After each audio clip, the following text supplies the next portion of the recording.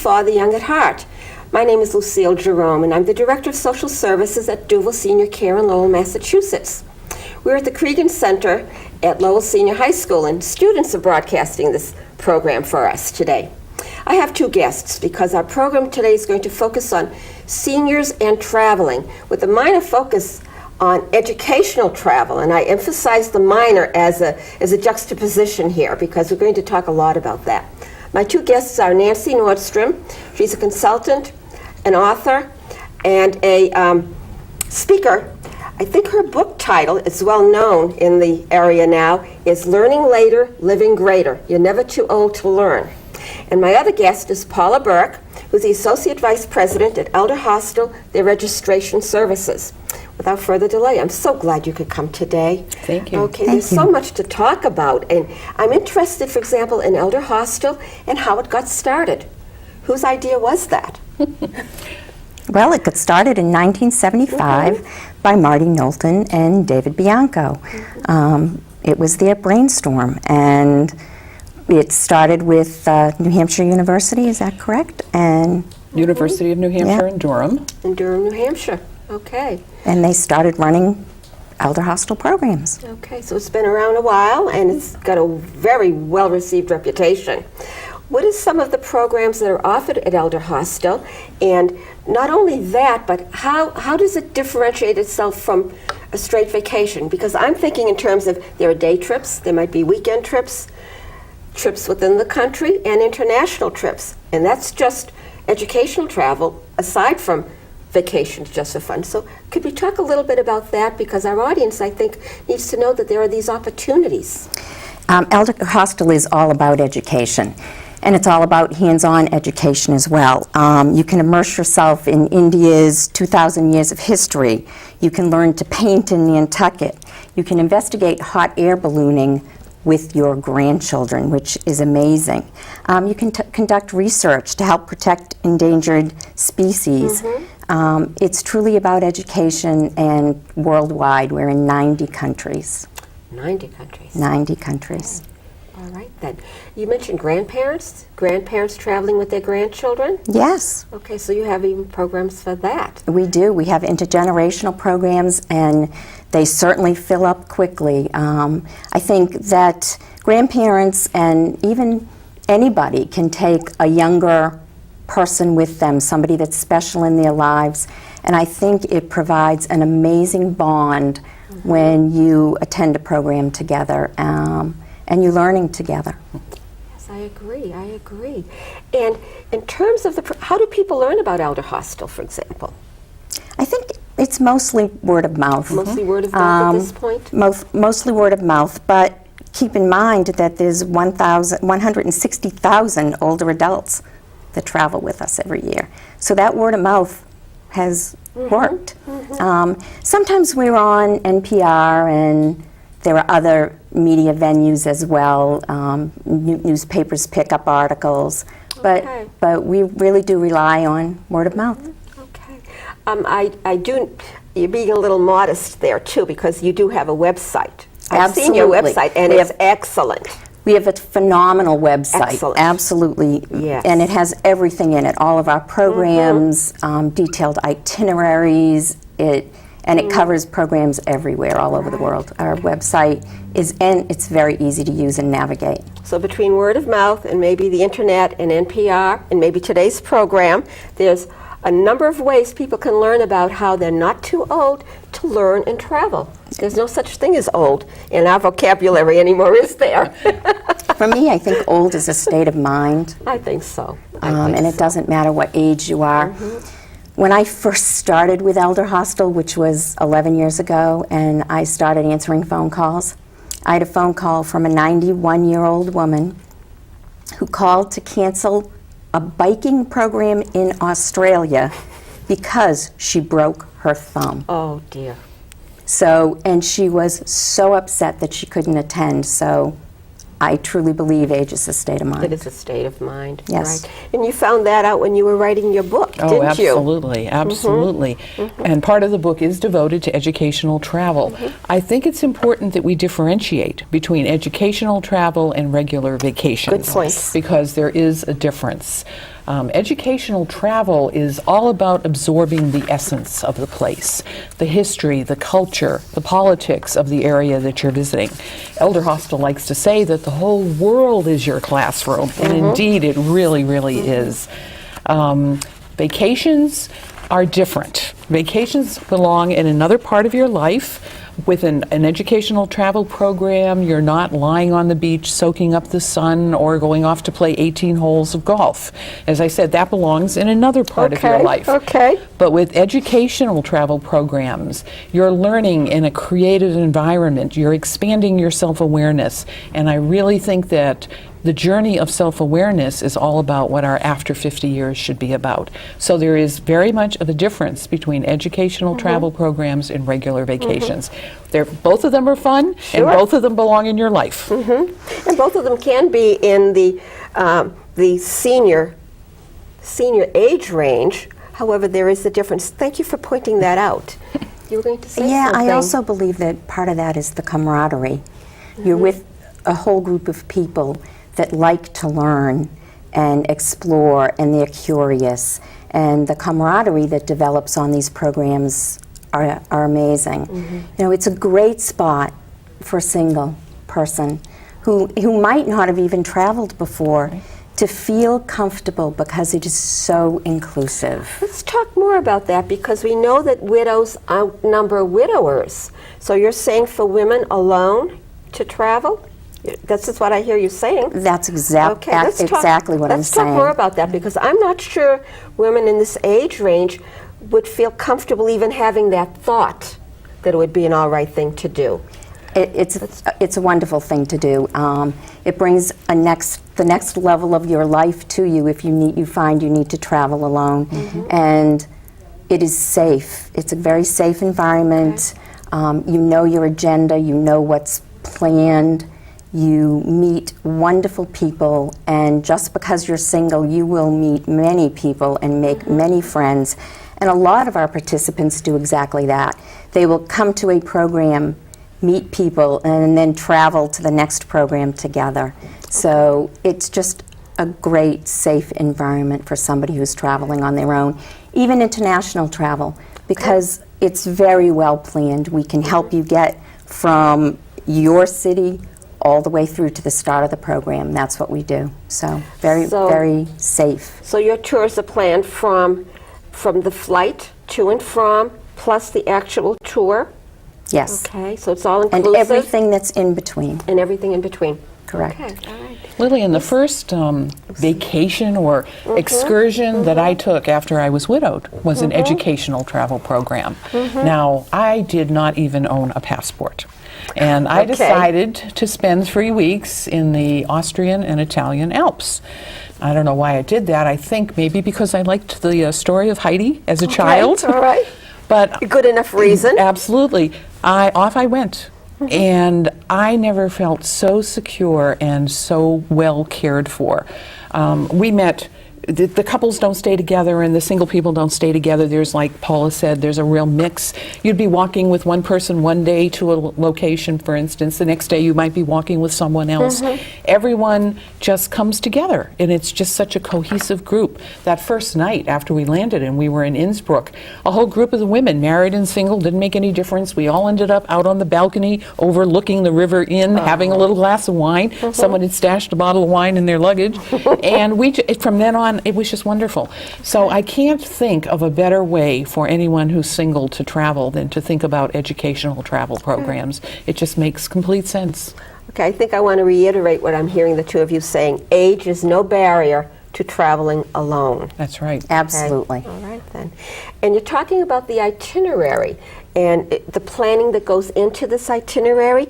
Do people get instructions, for example, like what if they're on medications, for example? I mean, do they get instructions or about passports? Everything will be laid out for them, what might need to be done? I just want to try to simplify it here. Absolutely. So it's all there. Once you enroll in one of our programs, we then send you a lot of detailed information in our program packets, and that information ranges from what are the things you pack, some ideas about books that you can read, your very detailed itinerary day to day, what you'll be doing, whether you'll need a visa. And Good point, because absolutely. some of these, you might need a visa. You might need a visa.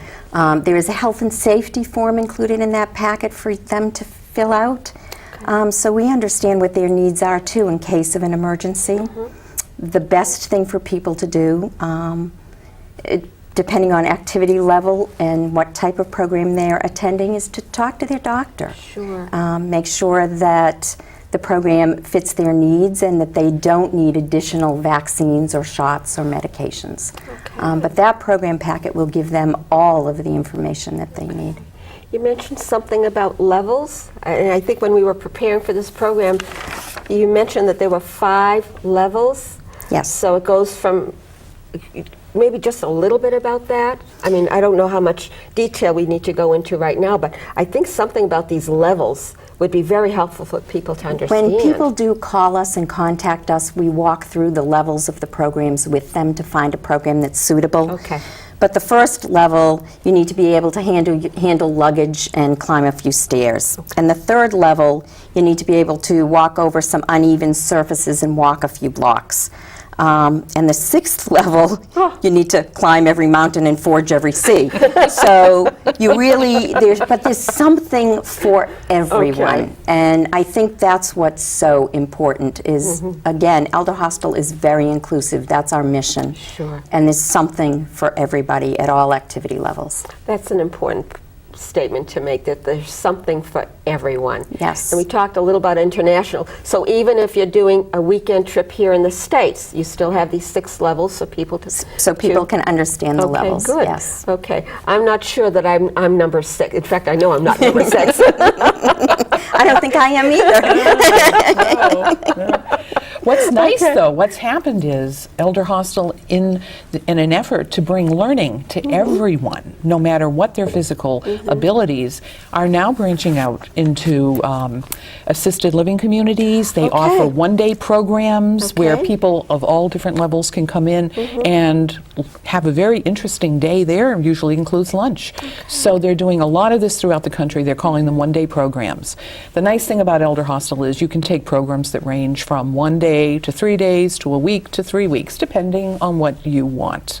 It's as simple as that. So Elder Hostel's programs are what I consider absolutely to be the gold standard for all educational travel providers, because they were the very first one. They were the first. first. They're the ones that started this whole movement of educational travel for older adults, and they know how to do it best. So when you take an Elder Hostel program, you can be assured that you're getting the very best that you can possibly get.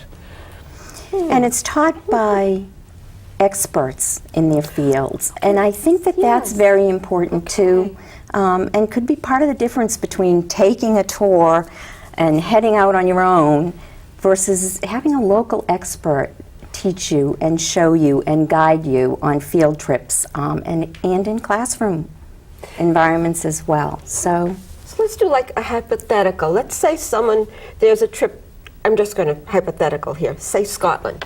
So in your planning, you have experts, and you may even have archaeologists who are familiar with not only the culture, but the history of Scotland. So someone like that might be your guide, or maybe a history professor, or someone like that will be your guide. Absolutely. Throughout the program. So you're getting it from the local experts. You're getting it from the local experts, yes. What happened when I was in Innsbruck, Austria, for instance, we took classes in the morning at the University of Innsbruck with professors from the school.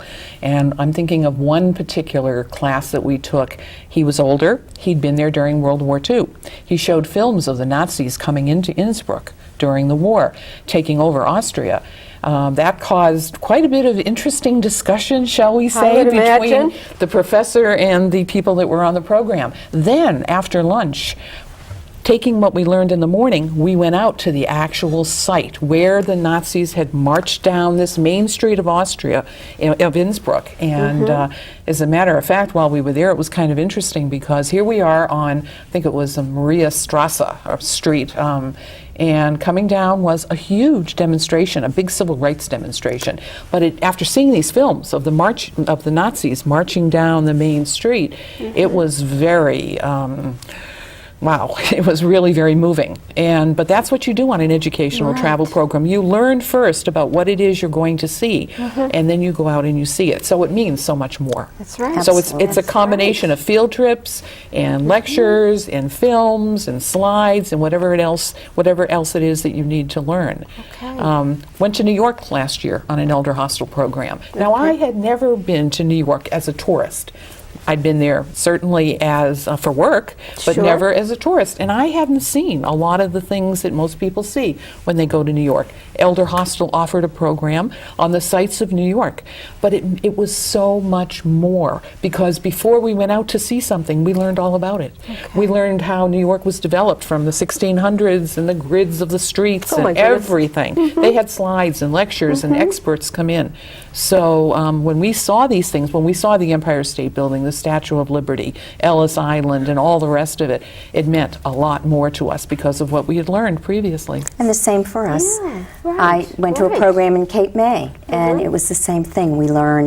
We spent an hour learning about all the architecture, and That's right, Cape May. and Yeah. their architecture was That's amazing. right. And then we did the field trips to look at all of the architecture in the homes, so that it set the stage. You know, the lectures in the morning set the stage, and then you'd go out in the afternoon and do the field trip, and it's wonderful. And again, local people that really know what they're talking about.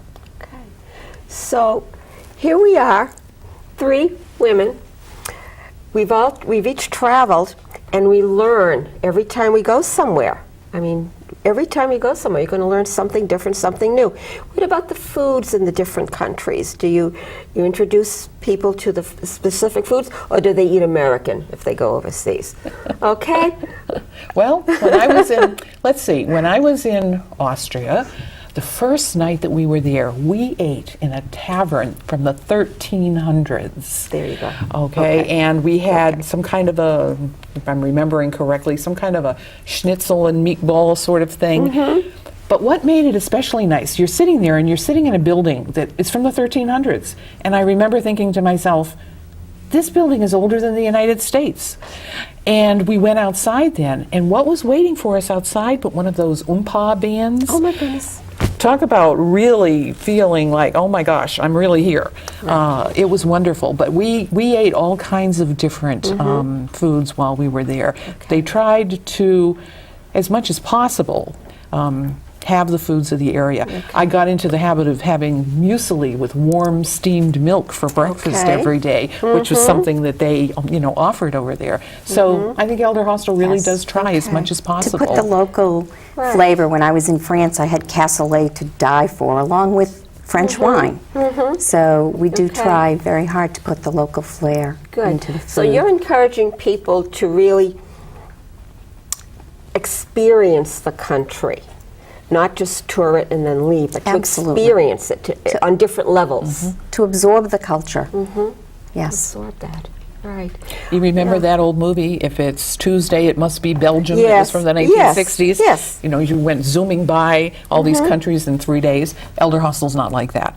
I mean, you will come to an area and you will stay there, and you're not just riding from place to place on a bus and waving at something as you go by. You get out, you explore it, you learn about it. Okay. So for You go to example, museums and art galleries, and you learn about the culture and the history and the architecture, and it's amazing. so if you were to go to Italy, you would do the half day in Venice and then off to Rome and then maybe for half a day or a day and then down to Capri. I mean, you would spend some time to absorb the flavor of the city and the region. You get to feel it. Yes, I guess absolutely. that's what I'm thinking. You get to feel it, not to zoom by it, but to feel it. Experience it and feel Right. it. I think that's a Right. great word. Okay, okay. I'm wondering more about medical conditions, because some of our seniors do. And you did say it's best to talk to your doctor and let him know you're going and what his thoughts are. In terms of medications and packing medications, I know there's going to be an extended list of things to do, but the airlines have many rules now. So I'm thinking perhaps medications need to go in their own container, okay? And that would be a very important thing. You might need to maybe bring a copy of prescription in case Yes. something happens. And All don't right. forget your eyeglasses. And don't forget your eyeglasses. As far as a prescription, because if something should happen and they should break, having a prescription is very important. So have the prescriptions with you just in case.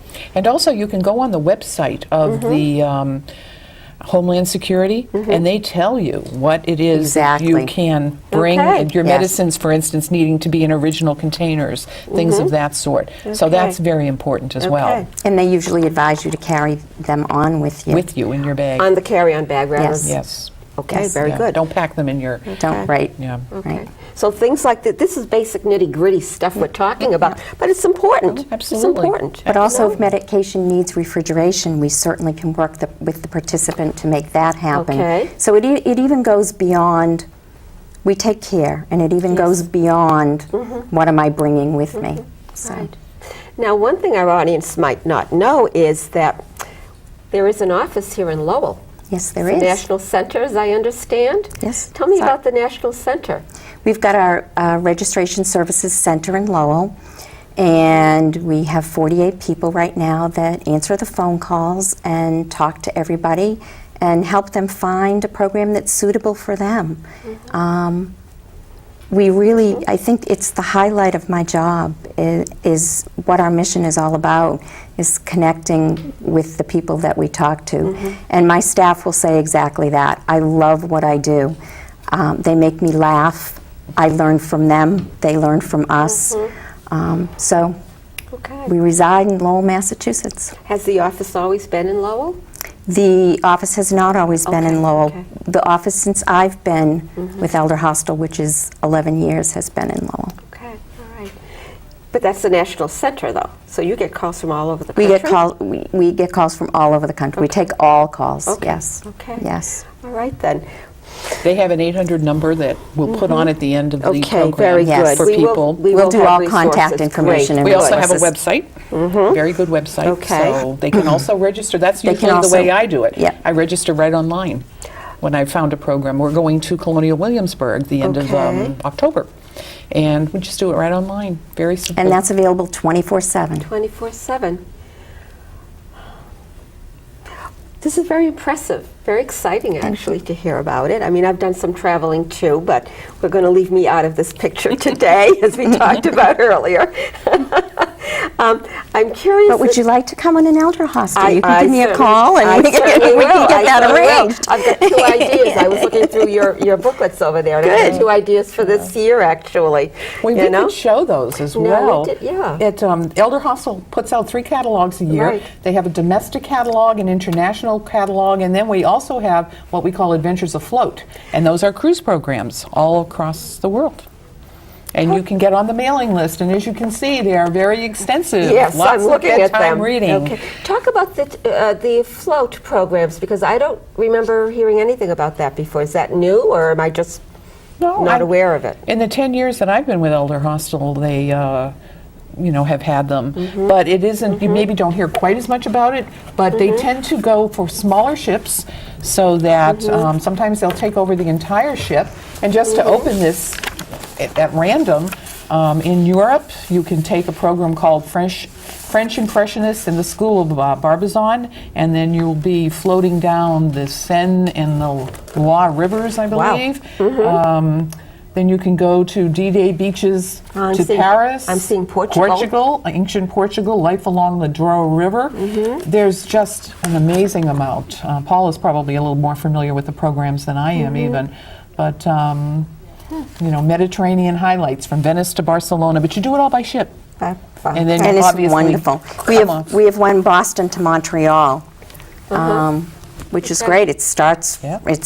right here, and you visit Bar Harbor and Halifax, Nova Scotia, and Great Britain, St. Lawrence Seaway, and Quebec, and it's amazing. And you're learning as you're floating along. I was on an Adventures Afloat program, which was called Southern Serenade, which was down the Intercoastal. And we stopped at all of Savannah and Charlotte, and we learned a lot about music and the cities and the art and the architecture and the history and the Civil War and all of that. But we also had a naturalist on board with us. So as we were coming through the Intercoastal, we were bird watching. Oh my So, I goodness. mean, it covers everything. It's amazing. About how many people might be on a tour? And I know this is probably going to be a wide variation here, but what might be the average number of people who take some of these tours and trips with you? It is a variation depending on the program. An Okay. Adventures Afloat program may take 80 people. 80. A smaller Rhodes Scholar program may take 16 people or 20 Okay. people. And it ranges everywhere in between. It just depends on the program that you're on. Okay. I knew about Elder Hostel, and I've been aware of it for quite some time. The breadth of the experiences I was not aware of, and I'm thinking that a lot of people really aren't aware of that. I'm glad we're doing this program today for a couple of reasons, not only because of the experience of traveling, but that seniors need to have this idea in their minds and their hearts that it's not too late for them to learn something new. It's not too late to go somewhere that they might have dreamt about all their lives. You know, a passion. Maybe as a child they were introduced to something and they said, maybe someday I want to go there. And they still haven't been there. It's not too late. It's baby. definitely not too late. It's not too late No, for it them. isn't. It really isn't. And Elder Hostel strives to keep their program costs as low as possible. They're nonprofit, so they do everything in their power to keep the prices within reason. Okay. And that's also important when you're on a fixed income as an older adult. So you can be assured that the prices are the best that you can get. Okay. Certainly there are other programs out there, but they're not as inclusive. Elder Hostel's programs include all your meals. They include insurance, you know, just about everything. You're left with really nothing much more to have to spend money on except all the little things. What about insurance? Mention something about Can you insurance. speak more about the insurance program? There is an insurance program that is an additional cost, but it does insure you for, and he's just said 1, 2, so I lost that one. No, I've been keeping track. But there is additional insurance that you can purchase. Right. So if you can edit that out. Yeah. That you can purchase that will protect you Okay. if you need to cancel Okay. for canceled reasons. We are in fact starting to wind down, and I'm trying to go over what we've talked about so far and realizing how much more there is we could be talking about. There is a lot. You know, so much more. From my own perspective, I think if I were going to summarize, if I were going to pretend I was out there watching this program, I want to go somewhere. I'm going to contact Elder Hostel. They have an office in Lowell. I'm going to get on the list for their mailing to see what's out there so that I can travel and see what I want to see. Okay, I'm pretending that right now because my feeling is that there are people out there who just have a dream to do something. And we will help you navigate that dream. Right. When you call us, There you go. we will help you get to wherever you want to Okay. go to in a very genuine, sincere, helpful manner. Great. In the summary, what would you like to know? This was great. This has been great. What would you like people to know about? Just that if you've really never done much traveling and you're a little concerned about taking a big leap, take a little one first. Dip your toe There you go. in the waters. Go someplace fairly close by. There. Do a 1-day program or a 3-day program. See what it's like. Then you'll be much more. Okay. You'll be much quicker about going overseas or someplace else once you've done this. Okay, so take those baby steps Yes, first, as we like to absolutely, talk about. absolutely. Take those Yep. baby steps first. And you might, do you have a half-day program anywhere, like right around in the Lowell area or Massachusetts? Or would it be full We day? definitely have full day. day, one-day There programs you in go. Massachusetts. So there would be variety there for someone to Absolutely. take if they were a little bit concerned. That's a very good point. Someone who might Absolutely. not have traveled very Start much. out doing that. Thank you so much for coming. It's been wonderful and illuminating, and I'm probably going to ask you back again. We'd love that. Absolutely. Okay, and thank you for watching. I hope this has been exciting for you as it is for us to be talking about this. Never too old, never ever too old. Take care now. Bye. Thank you. Thank you.